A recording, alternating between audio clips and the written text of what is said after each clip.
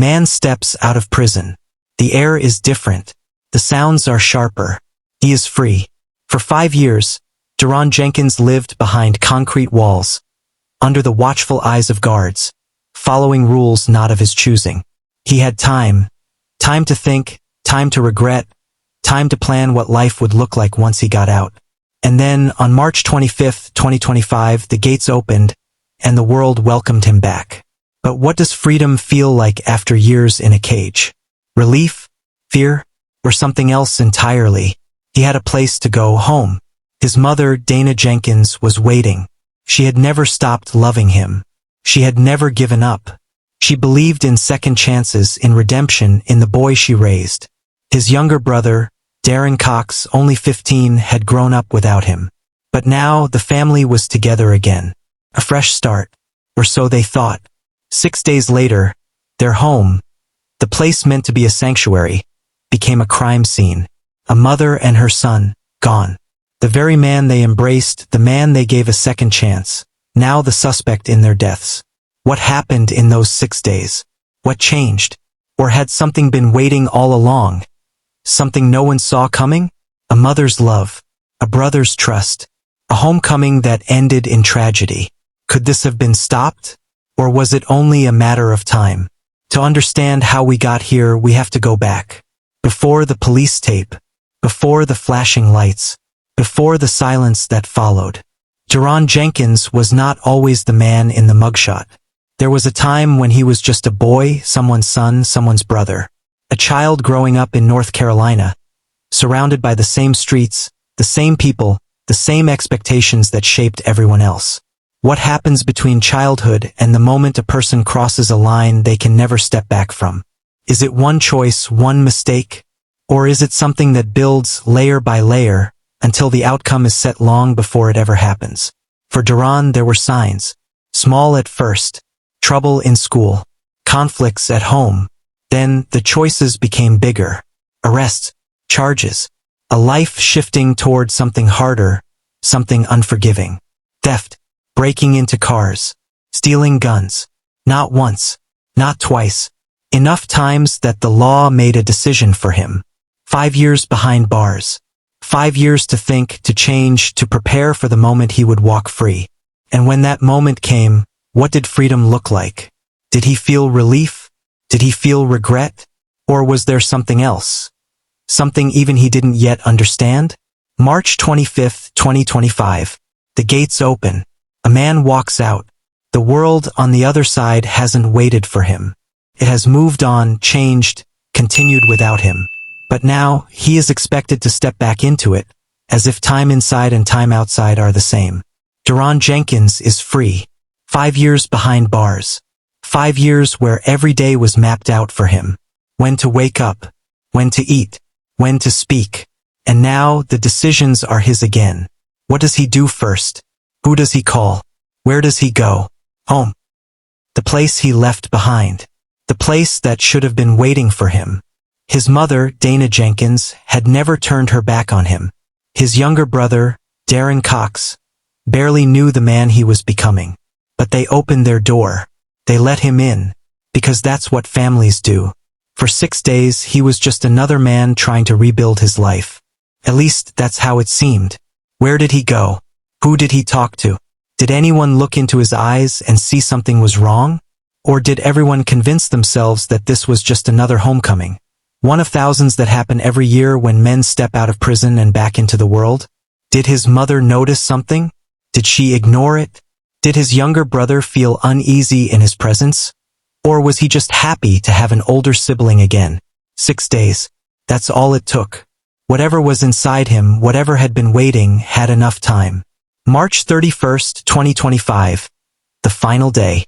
It was just another day. Until it wasn't. A call comes in. A house silent. Family unreachable. The first responders don't know what they're walking into. Not yet. But the moment they step inside, the air changes. 2 bodies. A mother. A son. A home that should have been safe, now reduced to evidence markers and forensic reports. Who made the call? What did they see? What did the officers find when they stepped over that threshold? No forced entry. No sign of a struggle beyond the violence itself. Nothing stolen. Nothing missing except for the man they had welcomed back just 6 days earlier. Where was Duran Jenkins? The neighbors were questioned. The family's closest friends were asked. Had anyone heard anything? Had anyone seen anything? Did anyone look back on those 6 days and realize they had missed something? Grief spreads quickly in a community, but so does fear. Because when something like this happens, one question remains. If this could happen to them, could it happen to anyone? The crime had been committed. That much was certain. But in the beginning, there were still questions. The kind that sit heavy in the air, waiting for answers that will change everything. Who did this? Inside that house, there were no signs of forced entry. No smashed windows. No kicked-in doors. No frantic struggle, just the aftermath. The kind of scene that doesn't happen by accident. The kind that suggests whoever was there was meant to be there. The call came in at 1:17 p.m. Officers arrived minutes later. The bodies were found. The search began. Duran Jenkins was nowhere to be seen. At first, there were only theories. Had he run? Was he taken? Was there someone else? But the longer investigators stood inside that house, the clearer it became. There was no one else. And there was only one person missing. Then the first clues appeared. Traces of blood outside. Footprints leading away from the home. Uneven. Staggering. Something was wrong. Whoever left those prints had been injured. And then there was the knife. It was found just outside. Abandoned but not forgotten. It told a story in the way only evidence can. Blood, fingerprints, DNA, each a silent witness to what had taken place. Law enforcement didn't need to search far. They just needed to follow the trail. They found him hours later. He hadn't gone far. A gas station security camera caught the first image, Duran Jenkins walking alone, shirt-stained, hand clutching his side.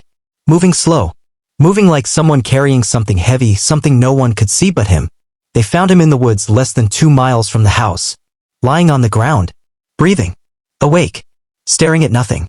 When the officers approached, he didn't fight. He didn't speak. He just looked at them. Like he had been waiting for them to arrive. What went through his mind in that moment? Regret? Relief? Or nothing at all? The officers handcuffed him. Read him his rights. Walked him to the car. As the door shut, so did any chance of freedom he had left.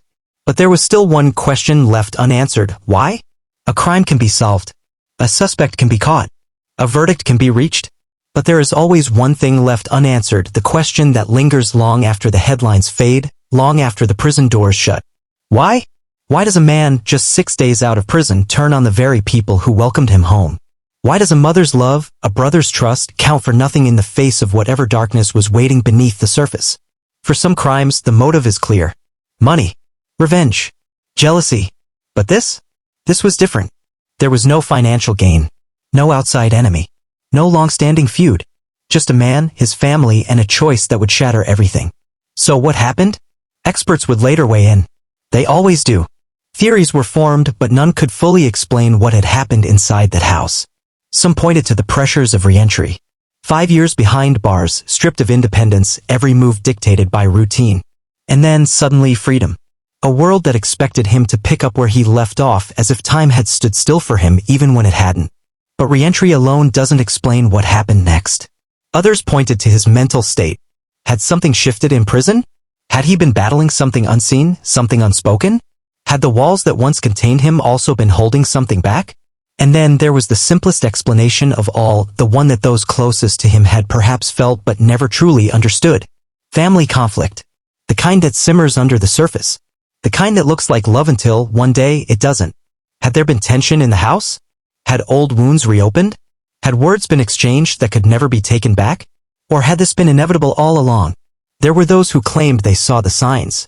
A change in his voice. A look in his eye. A presence that felt different. Family members spoke in hushed tones, some reluctant to say too much. They had their own grief to carry, their own guilt to wrestle with. Could they have stopped this? Should they have? Mental health experts dissected his past. His records. His behavior before and after prison. Was there a diagnosis? A warning that had been ignored? One thing was clear, this wasn't the first time a crime like this had happened. And it wouldn't be the last. The numbers paint a pattern. More than half of released inmates struggle to reintegrate. A third will reoffend within the first year. And then there's a darker statistic, one that no one likes to talk about. Violence within families. The very people who should offer support becoming the victims instead. Experts have studied it for years. Some call it unresolved trauma. Others call it inevitable. But the question remains, how many of these tragedies could have been prevented? Rehabilitation, reintegration, reform. Words that look good on paper. Words that make promises. But what happens when those promises fail? Could the system have done more? Was he given the help he needed before he walked out of those prison gates? Was there a check-in, a warning sign, a missed opportunity to stop this before it began? Or was the damage done long before the system ever got involved? These are the questions that haunt the aftermath of every crime like this. And like always, there are no easy answers. The crime was over. The investigation had ended. The suspect was in custody. But the story was far from finished. Because when a tragedy like this unfolds, it doesn't just take lives, it leaves a wound. A wound that spreads beyond the crime scene, beyond the headlines, beyond the courtroom. A wound that settles into the lives of those left behind. A mother. A brother. Gone. And the people who knew them, the people who loved them, were left with nothing but questions and grief. In towns like this, loss doesn't go unnoticed. It echoes. Teachers at the local school remembered Darren Cox as more than just a name in the news. They remembered his laughter in the hallways. The way he carried himself, the way he spoke about his future. A future that no longer existed. Friends struggled to make sense of it. The ones who had seen him just days before. The ones who had text messages still sitting in their phones unread. The ones who never thought they'd have to speak about him in the past tense. And then there were the church leaders. The ones who had known Dana Jenkins as more than just a victim. She had been a mother. A woman of faith. A presence in the community. Now her seat was empty. And the silence left behind spoke louder than any words ever could. And then there was the matter of justice. Daron Jenkins sat in a holding cell waiting. The law moved slowly, but the outcome was inevitable. The prosecution was building their case. The evidence was overwhelming. The trial was coming. What would he say in court? Would he speak at all? Would there be remorse, or would there just be silence? And for the people left behind, would a guilty verdict be enough? Would it bring closure? Or would it just be another chapter in a story that never should have been written? There were no answers. Only time. And time, as it always does, would reveal everything. Some stories end with justice. Some end with closure. But this is not one of those stories. Because no verdict, no prison sentence, no courtroom statement can undo what has been done. A mother and a son lost their lives. A family was destroyed. A town was left shaken. And for those who knew them, who loved them, the pain will not fade with time, it will only settle deeper, becoming part of them. And then there's the larger question. The one that lingers long after the headlines disappear. The one that turns this from just another crime story into something much more unsettling. Could this have been prevented? What warning signs were missed? What interventions failed? How many more families will find themselves in this same unimaginable nightmare because the system did not catch them in time? The justice system is supposed to rehabilitate, to protect, to prevent. But when a man walks free only to kill the very people who welcomed him home, we are forced to ask, where did we go wrong? And if we don't find the answer, how long until this happens again? If you or someone you know is struggling with re-entry after incarceration, if you've seen signs of distress in someone you love, don't ignore them. Speak up. Reach out. Sometimes a single conversation, a single intervention can change everything. And if you believe the justice system needs reform, if you believe stories like this should never happen again, then take action. Support organizations that help former inmates reintegrate safely. Advocate for mental health support. Push for policies that stop these tragedies before they begin. Because stories like this should not just make us afraid. They should make us act. Thank you for watching. If you found this story important, share it, discuss it, and most importantly, never stop asking why.